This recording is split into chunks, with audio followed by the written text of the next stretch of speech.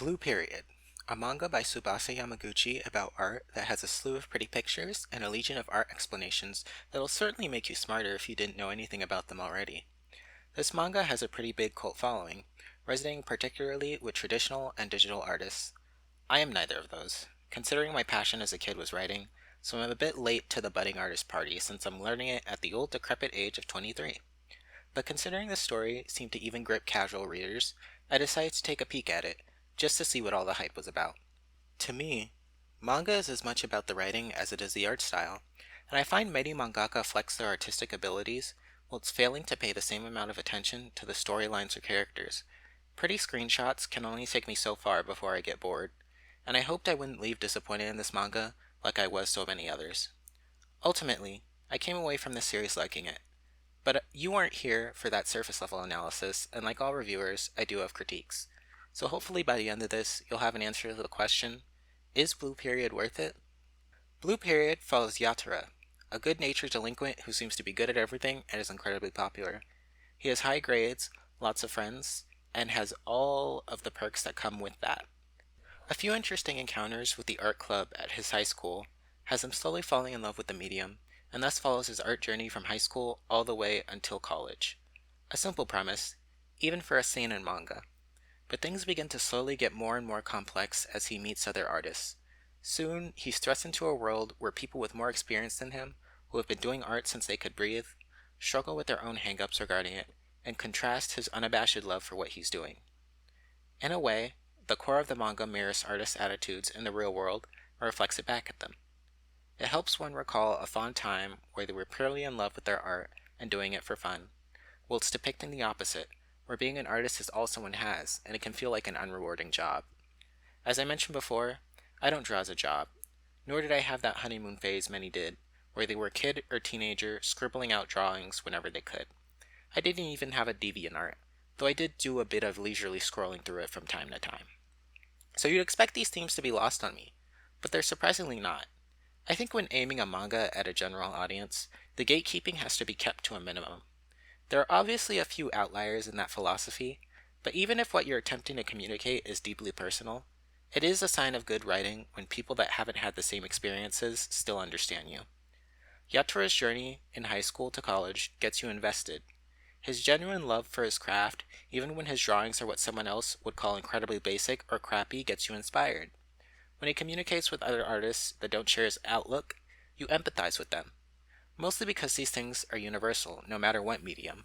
We've all existed on this spectrum, where we have something we genuinely love and don't care about messing up, as well as something we eat, sleep, breathe, and can't seem to ever be happy with from our own perspective. These things are beautifully communicated in each chapter. Though just as much as it is a story about doing what you love, it is as much a story about hating it. Yatara brushes up against many titular characters in his journey that all reflect a specific frustration you can find in the artist world. Someone whose family is full of artists and therefore feels pressured to live up to her sibling. Someone whose art has consumed him to the point he feels like it's all he's good at. And even someone who doesn't want to do art at all. There are more characters like this. But the major thing here is that Yatara is thrown into a world where not everybody is happy with themselves and what they create, serving as a direct contrast to his journey and in ways perhaps foreshadowing the issues he could go through himself as he gets into an art college. I think this bit of plot here is hard to talk about on its own without segueing into the characters and my opinions on them, so I'll get to talking about them in a second. But I will say that not all plot lines are created equal, just as there's a myriad of interesting character archetypes, as well as beautifully crafted storylines. There are a few duds. If I'm to call one out, just so you know what to expect, Ryuji's relationship to gender and his endgame are things that fell flat to me in particular, but we'll get to my personal opinion on that a bit later. I think I've waxed poetic about Blue Period's ensemble cast enough for you to know that I think highly of them, but someone who's emblematic of the brilliant character writing is Yotosuke. He, in particular, falls under the character type I mentioned, of art being all he has, and serves as a direct foil to Yatra to the point he might as well have a bright neon sign that says Deuteragonist pointing to him, considering he gets the second most amount of focus in the manga. Where Yatra is friendly, Yotosuke is a timid shut-in with no friends. Where Yatra is good-natured, Yotosuke is blunt and frequently abrasive to the point he may infuriate the average reader, as he frequently rejects Yatura's call for friendship. Ordinarily, one could view this as Yatura being pushy and Yotosuke wanting him to back off, but it doesn't exactly play out how you'd think. The thing that truly makes Yotosuke a foil is Yamaguchi's focus on his relationship to art in direct opposition to Yatura. He's described as a genius, a diamond in the rough that only comes about every few decades. Yet despite being set up for success, he hates what should be his passion. He's a great representation of how just because you're good at something doesn't really mean it's going to bring you happiness, considering he's in a perpetual state of misery and is thus jealous of Yatura's happiness in the artist world, especially because Yatura doesn't have to go through the difficulties that he does, with others trying to control how he does art and the things that he should profit off of. It is because of this that they play off each other a little too well. I think he brings out a side of Yatura that makes him genuinely interesting, which I was pleasantly surprised about, because up until that point, I'd found Yatura boring. Probably a controversial opinion to anyone that had already read this manga and is watching this for the novelty, but I truly felt like as a character, he was being used as a vehicle to have complex art analysis explained to us and for the more fully realized characters to vent to. With Yotosuke, he's a lot more animated, and we see more of his negative traits, just as we see the positives. In particular, his honest hatred of Yotosuke taking his genius status for granted. I still kind of think he's boring, but I don't hate him, and I'm still invested in him, which is a bit of a paradox, but it's a case where all the characters in this manga are so good that he's more of a least favorite than he is a hate or dislike. Considering how picky I am, this is an objective win for the writing. Where I think the writing stumbles a bit is Yatura's classmate Ryuji and his character arc. In universe, Ryuji is described as a cross-dresser to those in the know, but is sort of nonchalant about his gender identity in a way where if he's mistaken as a girl, he's not going to deny it. He presents a bit of an out-of-the-box plotline focusing on his relationship to gender, how he loves others, and his interest in fashion instead of art. I think my problem with Ryuji is a little specific to me, so I'm not sure how many are going to share my opinion, but I went in a little excited thinking he was a trans girl still figuring herself out, but I came out kind of confused and ultimately realizing he's probably non-binary, which isn't bad, but how he arrives at that conclusion is a little baffling from a writing standpoint. The thing about Ryuji is Yatura is pretty obviously okay with how he presents, but other people aren't. We see glimpses of this when he flirts and subsequently scores a date with a guy in one of Yatura's classes.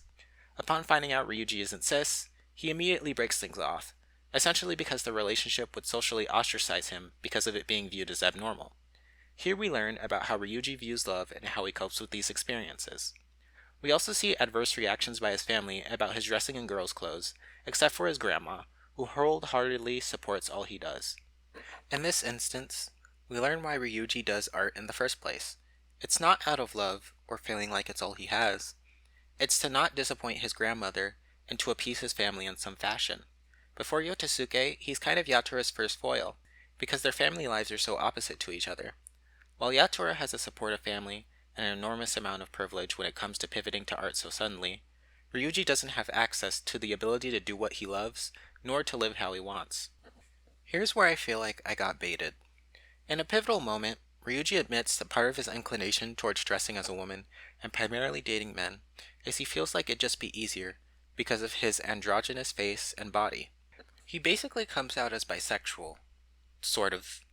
It's not clear, but he also essentially states he isn't exclusively interested in being a girl, which is cool, if I wasn't basically led on for the better part of however many chapters, thinking I was going to have a new trans girl to hyper-focus on. Plus, a lot of the ways he speaks about his gender are, wrong? Or at least don't make that much sense. I think Yamaguchi kind of got herself confused here, because while I'm not going to pretend to be an expert on Japanese society, I know trans misogyny when I see it. Ryuji experiences such acute discrimination that comes with being a trans girl because of his predisposition toward femininity, that I honestly got confused the whole run and hoped for a more definitive answer. Was he just a gay man with complicated attraction? Was he non-binary? Was he actually a trans girl? Well, you're never going to know, because when Yatura enters college, which constitutes a good bulk of this manga, Ryuji is written out via abandoning his art exam and becoming a sex worker right after graduating high school. He shows up once, and Yatura notes he bounced back from all that internal struggling relatively quickly. Anticlimactic is not a strong enough word for how I felt. but the popular interpretation seems to be that he's non-binary, so I guess I'll accept that, or just rest in my delusion that he's a trans girl. Regardless, this whole writing Ryuji out of the story thing connects to another one of my problems. I kind of feel like the high school arc is left in the dust because it's just set up for the real story, which is art college. If you can stomach short callbacks to high school as an excuse to develop other characters, and mostly care about the plot, then I'd say you could pretty reasonably skip all the way up to the exam arc and lose nothing of value when it comes to the greater narrative. Most of what you need to know is Yatoro meets Yotosuke and one or two other characters at last beyond high school. He pivots to wanting to go to art school, tells his mom, and then he starts training to get into art school. I was vaguely wondering why I almost dropped the manga during Yatoro's high school days, until I followed him to college and the entire thing instantly became more interesting. I'm sure a lot of people feel differently, but for me, the first arc is such an important part of the story that the fact I viewed it as more of an obstacle to the real plot is a bit sad. Going back to Ryuji, I feel like Yamaguchi tends to have this issue where she talks about social issues plaguing the art world and society as a whole, but doesn't fully commit to it, so things seem half baked. For example, in the college arc, there's an issue with the teacher, Nikoya, who is portrayed as an antagonist for that arc, and part of her reasoning for why she is so hard on her students is that she's a victim of misogyny in the art world, and you can particularly see it when she's having a meeting with the rest of the teachers. The thing about it, though, is that she's unlikable. And a woman experiencing misogyny and being unlikable are completely two different things, but I feel like that her behavior is unjustified, especially because misogyny doesn't really have much to do with the stuff that she ends up saying. Take it that she was harder on her female students because she knew they had to work harder to get ahead in the art world, and that was reflected in her personality. Or perhaps she was abrasive because of everything that she went through in the art world, and thus she was harder on her students as a whole. I could definitely understand that being a product of her environment. Because, yeah, in Blue Period, she does experience a lot of like very weird, very chauvinistic stuff from the older male teachers. However, that's not really the case. She's kind of just mean. Like, not mean with a purpose, just kind of mean to further Yotosuke and Yatoro's arcs. It's just really weird to me. Though this doesn't 100% diminish the manga, as it's just my personal gripes, I imagine if this video gains any traction, someone in the comments is going to be there disagreeing with me, or complaining about it on some form of social media when they get to this section. But before I state my final conclusion, let's talk about conspiracy theories, in particular, Yatoro's sexuality. Since a core theme is Yatoro's relationship to people in Blue Period, you might find yourself picking all of his friendships apart, much like I did. Here's where I noticed something a little interesting. His chemistry with women is practically non-existent. This is not to say he doesn't have any interesting relationships with girls, because he absolutely does, but they're purely platonic, which is a bit refreshing.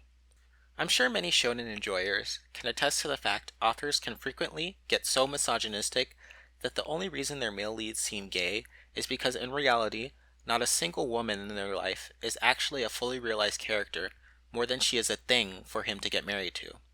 Not to mention, I've always felt like in multiple forms of media, men and women can't ever be friends without some forced lingering feelings in there. Whether they be one-sided or mutual, I'm glad the author decided to do away with that. But that's not my ultimate point here. My point is, I think Yatoro is gay. And I think the thing holding that back from being confirmed is it being a sudden reveal further down the line, or editors blocking the suggestion. You may notice, gayness in any form is relegated more to side characters, implied, or is automatically stuck in the BL genre. Things that avoid these restrictions are more pursuing a realistic depiction of the LGBT experience, rather than seeking to casually implement a character's sexuality. Blue Period is primarily a seinen manga, and I'm sure you can look up many instances where mangaka have had issues with editors shooting down them making something they deemed too taboo canon in fear that it'll alienate their reader base. So in that case, what evidence do I have? Well, for one, Yamaguchi did art for a boys love manga, which showed me that she at least enjoys that genre enough that she'll do art for it. For two, she's no stranger to something looking gay if we look at one of her other works, a one-shot by the name of Kamiya. It depicts a host club full of shape-shifting vampires. Before you go and read it, If I'm being honest, it was kinda terrible. But there was a particular blood drinking scene that caught my interest. Insofar as the human recipient didn't seem to mind the vampire she so heavily admired, shapeshifting into a woman, and homoerotically drinking from her. For 3, Yatura's connections to men carry interesting tension. To use Yutasuke as an example again, they seem to be drawn to each other in such a unique way, despite having a supposedly antagonistic relationship. I think you'd most likely have to read it to get what I'm saying, but the whole love-hate thing they have going on could easily be read as romantic if you're familiar with, like, any BL story. Not to mention later, a character named Yakumo, who is my favorite by the way, comes in and sort of plays into that same thing. But it's Yatura getting a taste of his own medicine, experiencing a pushy guy who is frequently annoyed by, that constantly gets all up in his personal space. Again, I suggest actually reading the manga yourself to see what I'm talking about, but I did state before this is a conspiracy theory, and I think that covers me enough to get delusional. Now, all this talking brings me to my conclusion. Blue Period is indeed worth it if you think you can get something out of seeing people struggle with their passions. Despite my complaints, I enjoyed the manga a ton, and I'm looking forward to whenever it finishes so that I can finally have full closure on the many plot lines that have been set up in it, and I hope they come to fruition. So I think if you want to read it, you should be secure in the fact that it's good. Emphasis on read. Do not watch the anime, if you don't want to come back with a poor opinion of the series at least. As you might see on Google, it's 12 episodes, which is coincidentally what the budget for the animation seemed to be as well. The anime reeks of executives trying to cash in on hype with a lazily put together show that probably overworked its animators or didn't give them enough time to make it actually look good.